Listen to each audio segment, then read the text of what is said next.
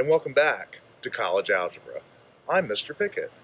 Today I'd like to explore the intersection of functions and how to find those intersections. But before we get started, I think it's important for us to explore why what we're about to do works. So I'd like to start off with what a true statement is. In mathematics, if we have the statement 2 plus 2 equals 4, that is a true statement. Let's look at another true statement. 3 plus 5 equals 8. Also a true statement. Because both of these are true statements, we can add these two statements together. Notice that 2 plus 3 equals 5, 2 plus 5 equals 7, and 4 plus 8 equals 12, giving us the equation at the bottom, 5 plus 7 equals 12. A true statement plus a true statement equals a true statement. I'd like to show you how to use this to find the intersections of graphs. Let's get started. Let's examine the situation of two linear functions intersecting on the graph. Notice in a cool color, we have y equals 3x plus 2. In a warm color, we have y equals negative 2x minus 3. And we want to ask ourselves, what is their point of intersection?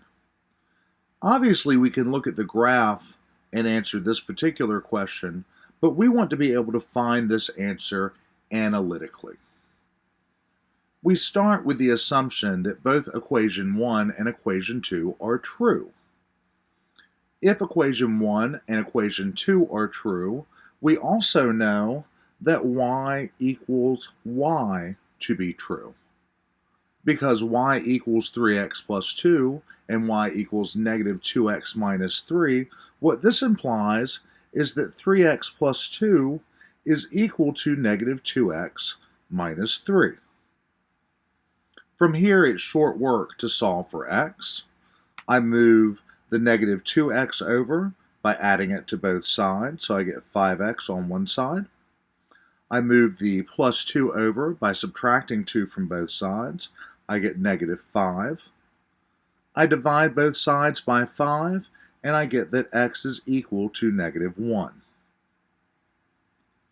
From here, I can substitute in that x is equal to negative 1 into either equation 1 or equation 2 to find the coordinate for y.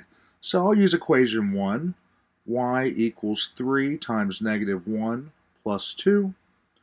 Y equals negative 1. So these two functions intersect each other at negative 1, negative 1. Something I'd like you to notice, if we go to equation 2, and I substitute in those two coordinate points, negative 1 and negative 1, I get negative 1 is equal to negative 2 times negative 1 minus 3. So negative 1 is equal to negative 1. This is a true statement. The coordinate point negative 1 satisfies both equations. Now let's take a look at a different situation. Here we have two lines, but instead of being expressed in slope-intercept form, these are in standard form. We're going to assume both of these lines are on the same graph, and because they're on the same graph, they either have to intersect, be parallel, or lay on top of one another. Let's find where these two lines intersect. Notice that if I put in some work, I could isolate the y variable in each of these equations, so I'd get something that was in slope-intercept form.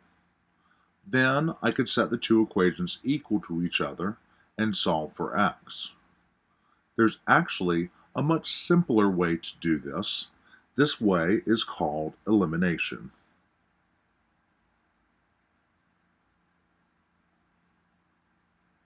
At the beginning of the video, I said that if two statements are true, The sum of those two statements are true. We're going to assume that both of these statements are true and add them together. When we do that, we get 2y plus 5y is 7y. 7x minus 7x, well, that's just 0.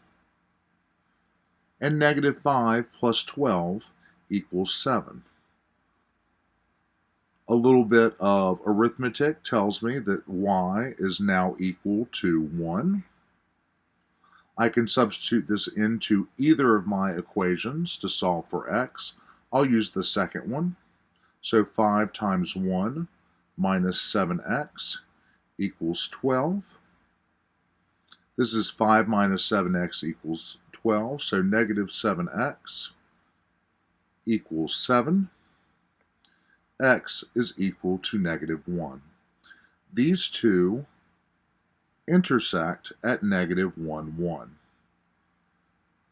Please notice that negative 1, 1 satisfies both of these equations. Let's look at one more situation. We have two lines. However, this time, the first line is given in standard form. The second line is given in slope-intercept form. Now, if I felt like doing the work, I could isolate that y, set the two equal to one another, and then solve for x. But there's another method that we're going to try using called substitution.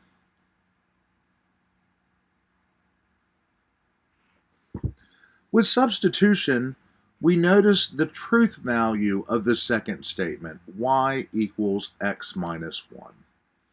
If we accept that as being as true, then we can also accept that negative 4x plus 3 times y, however y is equal to x minus 1, equals negative 2, is also true.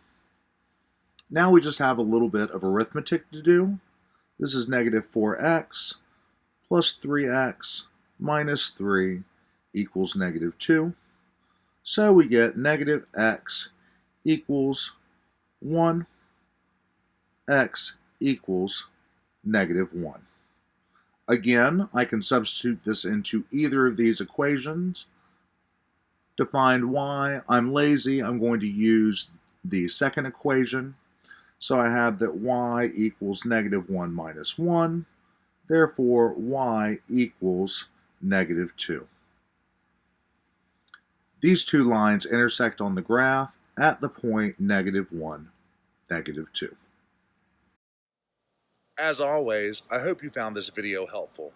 If you'd like to see any other specific examples or topics covered, feel free to email me or call my Google Voice number. We'll see you next time.